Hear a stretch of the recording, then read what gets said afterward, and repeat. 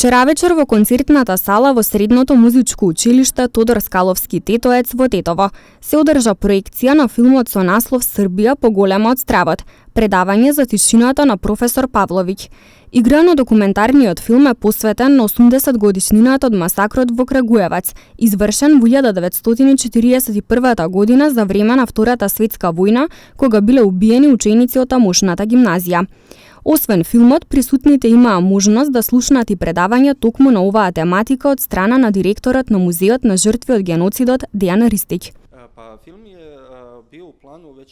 Филмот беше во план уште од почетокот на оваа година и на него работевме околу 6 месеци.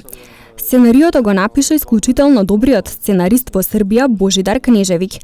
Режисер е Ивица Видановиќ. Филмот го завршивме некаде околу почетокот на септември. Филмот пак премиерно беше прикажан на Радио Телевизија Србија на 21 октомври. Веќе сме и во подготовка на уште еден играно документарен филм кој ќе опфати исто така ваква слична тематика.